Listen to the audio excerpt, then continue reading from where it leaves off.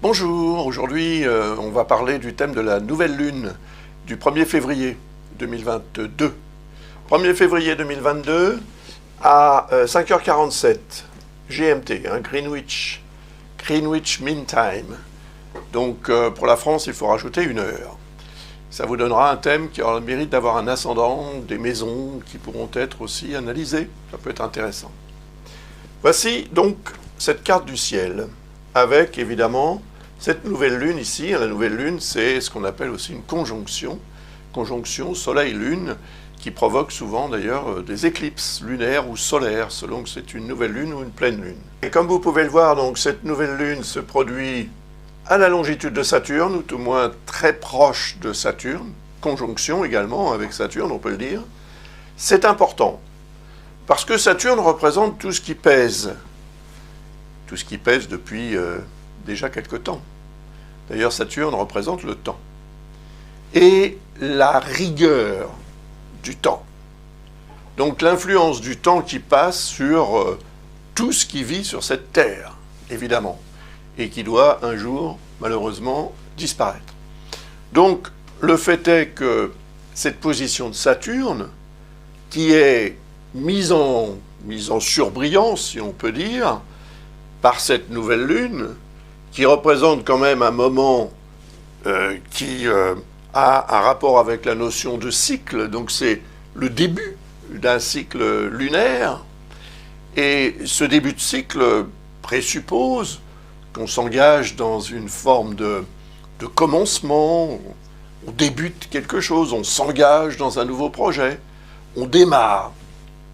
C'est ce que représente la nouvelle lune, symboliquement. Donc elle se produit dans le signe du Verseau, qui est le signe des gens, quand même. Le Verseau représente les populations, les sociétés et le genre humain en général. Donc, cette nouvelle lune en Verseau va avoir un effet très important au niveau justement des sociétés. Et le fait que Saturne soit tout proche peut indiquer une mise donc en surbrillance de ce que Saturne peut représenter en termes peut-être de restrictions, en tous les cas en termes de réalité. Et ce sont des réalités auxquelles vous serez confrontés, auxquelles je serai confronté, auxquelles nous serons tous confrontés d'une manière ou d'une autre. Et ces réalités peuvent entrer un peu en porte-à-faux, voire même en conflit avec ce qu'on a plutôt envie d'obtenir et ce à quoi on aspire. Vous voyez, on est toujours dans ce dialogue un peu compliqué entre, on peut dire, le conventionnel, le conservateur, qui est représenté par Saturne, et le côté réformateur, qui est représenté par Uranus. Et pourquoi je parle d'Uranus? Parce que Uranus est ici, et vous voyez qu'il y a ce qu'on appelle ici une quadrature, c'est-à-dire un angle d'environ 90 degrés, qui est considéré comme n'étant pas particulièrement source d'harmonie. C'est plutôt représentatif d'un désaccord. Donc on pourrait avoir un désaccord entre les gens, qui sont représentés par Uranus, j'allais dire Uranus, oui, effectivement, par le signe du Verseau, qui est représenté par Uranus. Donc les gens, voilà, ils sont ici. Les gens, ils ont besoin de manger, comme tout le monde. Le signe du Taureau représente cela, c'est le deuxième signe du zodiaque, il est apparenté à la deuxième maison. Ils ont besoin de travailler, c'est aussi représentatif évidemment du signe du Taureau, puisque le travail c'est quand même avant tout alimentaire. Et ici on a le changement qui est représenté aussi par Uranus. Donc c'est ce que nous voulons changer, c'est ce qui doit changer, c'est ce qui s'impose depuis quelque temps, et qui nous oblige à changer nos habitudes. Mais ça n'est pas du goût de tout le monde. Et d'ailleurs, vous voyez que cette conjonction, cette triple conjonction, Soleil-Lune-Saturne, en dissonance avec Uranus, est quand même en harmonie avec la Lune noire. Qu'est-ce qu'elle peut bien vouloir nous dire, cette Lune noire, qui représente en général ce qui n'est pas franchement exprimé, ce qui est plutôt caché même, je dirais, ce qui peut même revêtir un caractère un peu glauque, un peu mystérieux, peut-être aussi que cela représente ce qu'on n'a pas envie de savoir ou de voir, de reconnaître, de découvrir. Mais il y a ce lien harmonique. Donc il est intéressant parce que Saturne représente la réalité. Eh bien, cette réalité va nous donner une information qui nous permettra de voir, de comprendre, de découvrir, d'accepter ce que représente cette lune noire. C'est-à-dire ce qu'on ne sait pas encore peut-être et ce qu'on va apprendre. Alors il y aura un lien qui va s'établir entre évidemment ces trois-là et la lune noire, et en fait ça crée une répercussion. Et vous voyez que cette nouvelle lune, donc elle se produit le 1er février, et là j'ai mis des dates tout autour, et le 11 février, la lune qui continue son périple autour du zodiaque atteint la position de la lune noire. Donc le 11 février et le 1er février pourraient être liés par ce que cet aspect représente, cette configuration, c'est, je dirais peut-être la réalisation ou l'obtention d'une information rationnelle, concrète et positive en ce qui concerne cette lune noire, qui pose problème quand même, puisqu'elle représente ce qu'on ignore, en fait.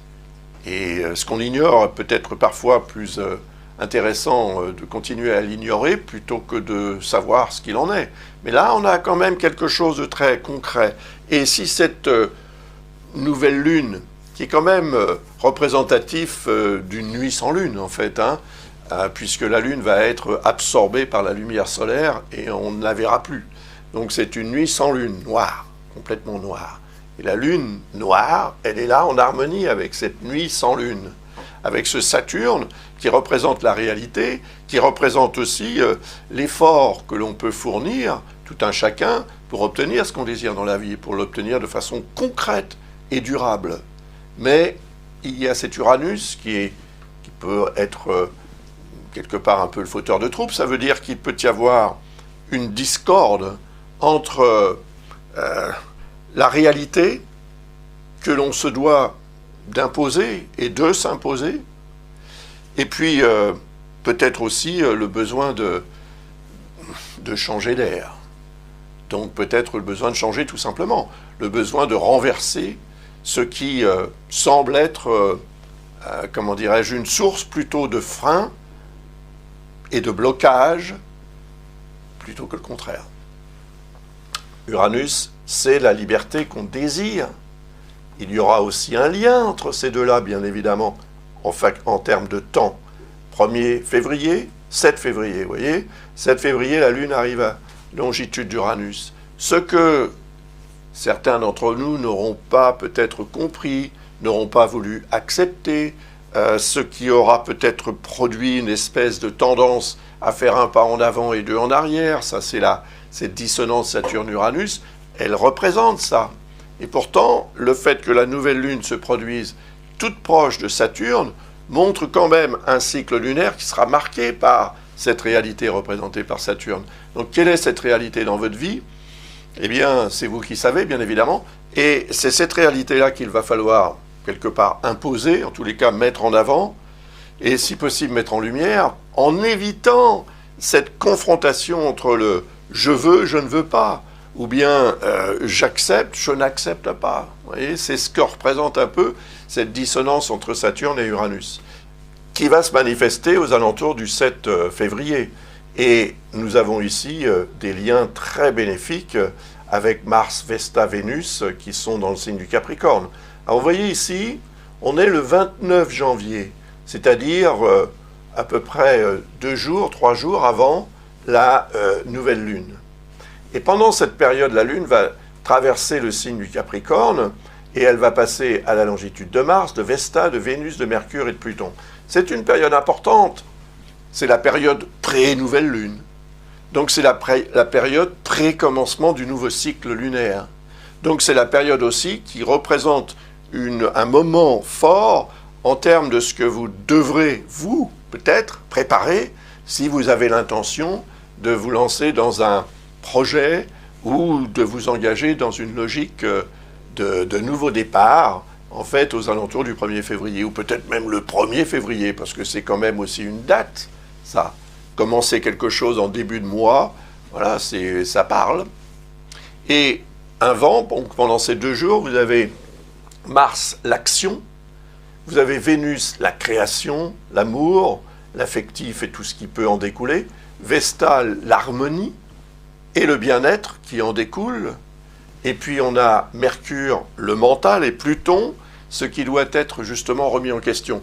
Donc cette conjonction Mercure-Pluton, elle est intéressante. Mercure est rétrograde, donc il est quand même moins actif, mais il n'empêche qu'il peut produire une tendance à réfléchir de façon plutonienne. Donc avec une forme de nihilisme peut-être qu'il faudra surveiller pour éviter d'être trop dans le négatif, parce que si on l'est, on va avoir du mal après à s'engager dans ce nouveau cycle, vu que Saturne est à côté de cette nouvelle lune, et qu'il représente une réalité assez lourde de conséquences, ou peut-être lourde à porter, peut-être voilà, qui va demander un effort qui ne sera pas forcément facile, mais, et c'est un mais positif, Uranus, dans le signe du Taureau, est en harmonie avec tout ce qu'il y a ici en Capricorne. Et ça, c'est très positif. Donc finalement, si on parvient à trouver le juste milieu, à se situer entre le je garde et je jette, par exemple, entre le oui et le non, eh bien, on va arriver à peu près à la longitude de Neptune. Et Neptune, c'est quand même... c'est l'idéal, quelque part. L'idéal sur le plan spirituel, c'est l'idéal sur le plan moral également. Et Neptune représente l'inspiration, l'intuition, le 6e sens, la sensibilité d'âme également. Et c'est ça qu'il faut laisser parler, c'est ça qui nous permettra de décider si on va vers Saturne ou si on va vers Uranus, mais je pense qu'il faudra davantage essayer de concilier les deux pour obtenir finalement une synthèse probante entre le fait d'accepter ce qui n'est pas forcément agréable mais nécessaire, et par ailleurs, le fait d'accepter permettra cette forme de libération représentée par Uranus. Sinon, on est dans une logique de conflit. Et cette logique de conflit ne peut pas être constructive. Voilà. Donc, ensuite, la Lune va passer dans le signe des Poissons. Elle va rejoindre Jupiter le 3 et Neptune le 4. Jupiter est en harmonie avec Mars. C'est une bonne chose. Il est aussi, d'une certaine manière, en harmonie avec Vénus et Vesta. Eh bien, Jupiter représente un degré d'évolution positive qui va se manifester à partir donc du 3 février et qui aura un effet très fort parce qu'il va stimuler, il va motiver l'action. Donc dans votre vie, si vous avez besoin d'agir, si vous devez vous engager dans un processus, une activité, un partenariat ou quoi que ce soit d'autre d'important quand même, qui peut vous amener loin et haut, et peut-être faudra-t-il choisir le 3 février pour cet engagement, parce que Jupiter représente aussi ce qui revêt un caractère administratif, juridique ou légal. Et puis Neptune, bien sûr, d'ailleurs associé à Jupiter, c'est intéressant aussi du point de vue philosophique et spirituel. Puis Neptune représente, c'est-à-dire notre besoin de croire et notre capacité aussi à percevoir l'invisible, quelque part, donc à ressentir ce qui n'est pas forcément visible, ce qui n'est pas forcément concret, ce qui n'est pas forcément là, mais qui est là d'une autre façon. Donc mettre notre 6e sens au service des réalités représentées par Saturne et de ce besoin de liberté et peut-être aussi d'inventivité. L'inventivité est représentée par Uranus, la capacité à s'adapter également est représentée par Uranus. Donc je pense que si on fonctionne par rapport à Neptune, c'est-à-dire avec une vision, je dirais, plus holistique des événements terrestres que individuels, on aura certainement beaucoup plus de facilité à gérer les choses et donc à tirer parti à la fois de ce qui est lourd, Saturne, et de ce qui est beaucoup plus léger et prometteur, Uranus. Et puis la Lune va continuer et le 5 février, elle va atteindre la position de Chiron. Mais vous voyez aussi que Neptune est en harmonie avec le nœud lunaire sud, donc il l'est aussi, mais à un moindre degré quand même, avec le nœud lunaire nord. Il n'empêche qu'il y a quand même un lien. Il n'est pas tracé, mais on peut en tenir compte. Le nœud lunaire nord représente ce vers quoi on doit tendre. Eh bien, ce vers quoi vous devez tendre et ce que vous devez lâcher, on peut dire, abandonner, vous éloigner d'eux. Ça se manifestera le 4 février, lorsque la Lune va passer la longitude de Neptune. Et la décision prise suite à cette perception ou à cette prise de conscience, ou à cette intuition ou cette inspiration que vous pourriez avoir le 4 février, il y aura répercussions importantes, intéressantes, parce que là, vous allez peut-être atteindre une sorte de but vers le 9, lorsque la Lune atteindra le nœud lunaire nord, puisqu'il représente ce vers quoi vous devez tendre. Vous allez tendre vers le nœud lunaire nord, et quand vous allez y arriver, le nord est effectivement opposé au sud, ça n'est pas un aspect, c'est une réalité cosmique incontournable. Par contre, il est en harmonie avec Mercure et Pluton, et ça c'est positif, parce que cette conjonction Mercure-Pluton qui peut rendre un peu nihiliste, peut aussi nous permettre de prendre conscience concrètement, intellectuellement, rationnellement, de ce qui doit être régénéré, de ce qui doit peut-être même être abandonné. Vous voyez, Pluton, c'est un peu ça.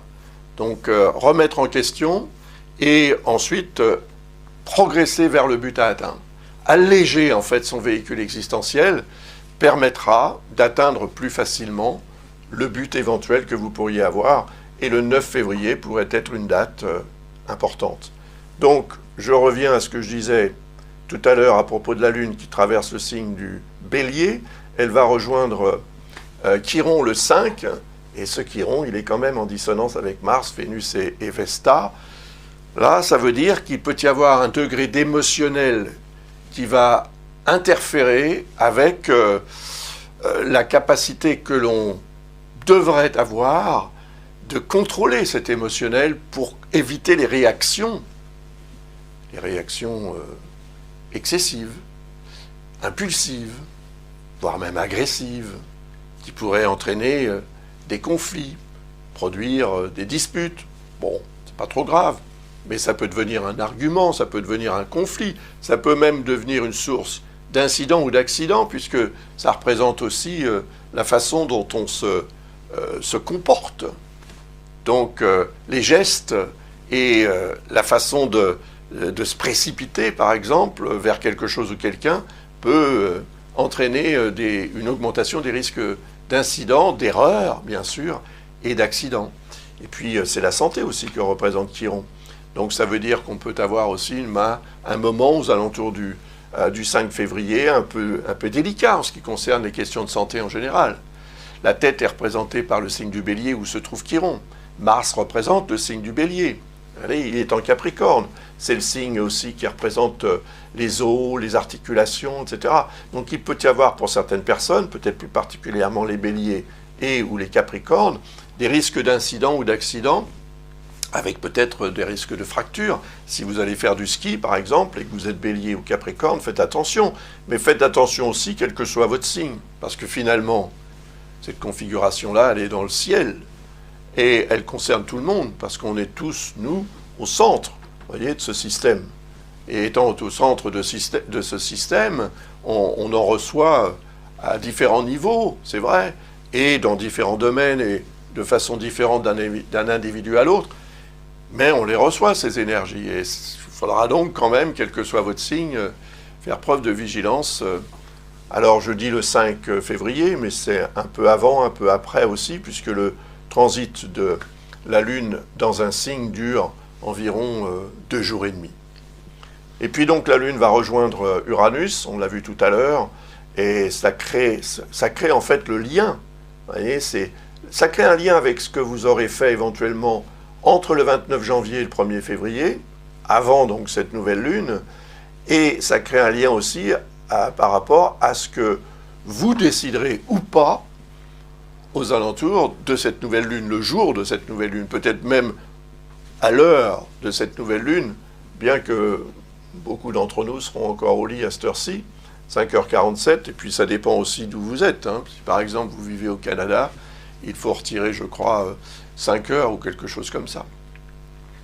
Donc, le fait est que l'arrivée de la Lune à la longitude d'Uranus déclenche le processus de changement qui peut avoir été plus ou moins bloqué ici par Saturne.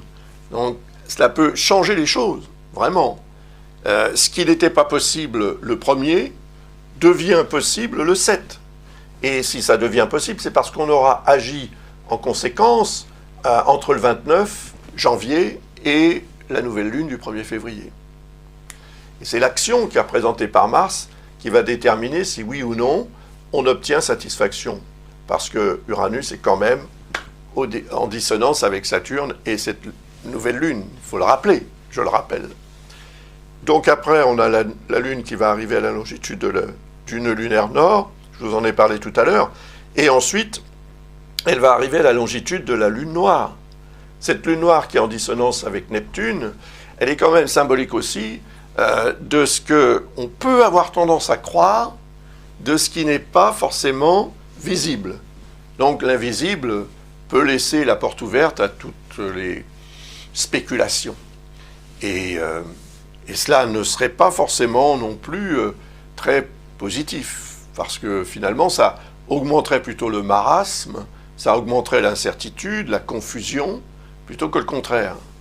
Cette lune noire, par contre, elle est en harmonie avec Saturne et avec cette nouvelle lune. Donc, il y a un potentiel. Je lui en ai parlé tout à l'heure. Le potentiel, c'est de voir les choses telles qu'elles sont et d'accepter de faire l'effort d'aller découvrir ou de montrer ou de considérer que ce qui n'est pas forcément clairement expliqué a un potentiel de l'être, et de le faire. Donc, agir en fonction de cette réalité qui est la nôtre. Individuellement, elle est différente pour tout le monde, mais elle concerne aussi peut-être le groupe social auquel vous appartenez. C'est tout à fait possible. Le fait est qu'elle représente, cette lune noire, ce qui n'est pas explicable parfois, ce qui n'est pas, en tous les cas, démontré concrètement. Et là, grâce à Saturne qui est en harmonie avec la lune noire, on a le potentiel de démontrer concrètement et rationnellement ce qui n'était pas peut-être faisable il y a quelques semaines, quelques jours, quelques mois. Donc, cette lune noire est intéressante parce qu'elle est d'abord dans le signe des Gémeaux, qui est le signe de Mercure, qui est ici, vous voyez, proche de Pluton et en harmonie avec le nœud lunaire nord, ainsi qu'avec le nœud lunaire sud. Donc, ce Mercure, c'est notre mental rationnel, c'est notre capacité à comprendre. Et c'est notre capacité à analyser aussi, et à communiquer. Donc, communiquons, exprimons ce qu'on a envie d'exprimer, ce que l'on pense être le meilleur, dans un souci aussi de compréhension de ce qui se passe dans nos vies et d'acceptation également de ce qui pourrait être un peu plus compliqué à gérer. Parce que quand on accepte, on a une dynamique pour gérer qui est beaucoup plus positive, évidemment, et souvent beaucoup plus efficace. Après, la Lune va traverser le signe du Cancer entre le 12 et le 14, et là, elle sera opposée à tout ce qu'il y a ici en Capricorne. Donc, elle va rappeler, en fait, elle va déclencher toutes ces énergies. En accord avec Uranus, on le voit ici. Donc là, on est aussi dans une période qui peut être, en plus c'est la période de la Lune, donc la Lune en Cancer est forte puisqu'elle est dans son signe, et elle va avoir un effet sur Mars, Vesta, Vénus, Mercure, Pluton, c'est quand même beaucoup, donc sur la capacité d'agir, qui sera déclenchée aussi à cette époque, entre le 12 et le 14 février, on sera tous beaucoup plus actifs ou réactifs. Et puis Vénus, c'est la créativité, c'est l'amour, et c'est tout ce que les bonnes choses de la vie peuvent nous apporter. Vesta est à côté, c'est l'harmonie, l'équilibre, le bien-être qui en découle. Mercure, c'est notre mental. Certes, Mercure est rétrograde, mais proche de Pluton et en harmonie quand même avec le nœud lunaire nord. Il montre ce potentiel qu'on aura à savoir où on va, tout au moins à savoir où on doit aller et comment on doit y aller. Ensuite, ce sera géré par Saturne. Et l'effort à fournir pour y arriver sera également fourni ou géré par l'influence de Saturne, qui représente le réalisme de tout un chacun. Parfois, le côté un peu fataliste, c'est vrai. Mais plutôt que d'être fataliste, je pense qu'il faut être dans la réforme, c'est-à-dire dans l'acceptation des changements. La vie, c'est ça. L'avenir, c'est le changement. Il n'y a que le passé qui reste ce qu'il est et qu'il restera toujours. Et puis ensuite, la Lune va traverser le signe du Lion. Vous voyez, j'ai tracé une opposition parce qu'elle va arriver à l'opposé de Saturne, effectivement. Donc, ce qu'on n'aura pas accepté ici parce que ça nous paraîtra éventuellement trop lourd, trop difficile, trop long aussi à faire ou à obtenir, eh bien, lorsque la Lune va arriver dans le signe du Lion, le 15 février, elle va produire une opposition avec Saturne, et cette opposition sera un rappel à l'ordre, parce que Saturne va être redéclenché par cette opposition. Donc cette réalité va être redéclenchée. Et évidemment, s'il y a une opposition avec Saturne, il y a une dissonance avec Uranus. Elle n'est pas tracée, mais je vais vous la tracer tout de suite, vous voyez. Et cette dissonance, eh bien, elle va rappeler aussi celle-ci dont je vous ai parlé tout à l'heure. Donc la Lune va jouer le rôle, en fait, elle va réveiller l'énergie latente de cette configuration entre Saturne et Uranus et remettre peut-être un petit peu de l'huile sur le feu, si on peut dire, en réactivant ce besoin, en fait, peut-être de polémique, en tous les cas, de contrariété entre voilà ce qu'on m'impose et voilà ce que je veux, moi. C'est pas pareil. Et donc, si ça n'est pas pareil, ça crée de la tension, ça crée de l'insatisfaction, ça peut même créer des conflits. Et puis, il y aura la pleine lune, le 16 février, à 28 degrés du Lion, donc juste ici, à 16h58. Et ça, eh bien, je vous en parlerai dans la prochaine vidéo que je ferai, probablement le jour de cette nouvelle lune du 1er février. En attendant, je vous souhaite une agréable pleine lune, puisqu'elle va avoir lieu là, le 17 janvier. Et bien sûr, préparez-vous pour cette nouvelle lune, parce qu'elle est importante. Elle représente le potentiel de réaliser quelque chose en rapport avec ce que l'on a envie de démarrer dans la vie. Alors, la question c'est, qu'avez-vous envie de démarrer, de commencer? Dans quoi avez-vous envie de vous lancer et de vous impliquer? Parce que ce sera évidemment aussi une source pour vous de motivation, et les craintes que vous pouvez avoir peuvent être dissipées par la volonté positive de réaliser ce que vous avez envie de réaliser, donc de réussir. Le potentiel est là, il faut l'exploiter. Voilà. Je vous remercie de votre attention et je vous rappelle que cet ouvrage vous donne droit à 16 vidéos qui l'accompagnent, c'est-à-dire des vidéos de soutien à l'étude de l'astrologie. 750 pages avec tout ce dont, ou presque, vous aurez besoin pour analyser un thème en profondeur et vraiment comprendre comment toutes les énergies cosmiques fonctionnent. Et puis il y a aussi cet ouvrage qui, lui, vous donne droit à une réponse gratuite à une question de votre choix qui sera traitée avec les transits planétaires qui sont l'objet de cet ouvrage. Donc profitez-en. Ils sont disponibles tous les deux sur le site d'Amazon de votre pays ou de votre région. Et je vous en remercie d'avance. Je vous remercie aussi de votre intérêt pour mon travail et de votre fidélité. Certains me regardent depuis des années. C'est formidable. Je continuerai donc encore des années tant que j'aurai ce qu'il faut là-dedans pour, évidemment, analyser les choses et vous en parler. Au revoir, à bientôt.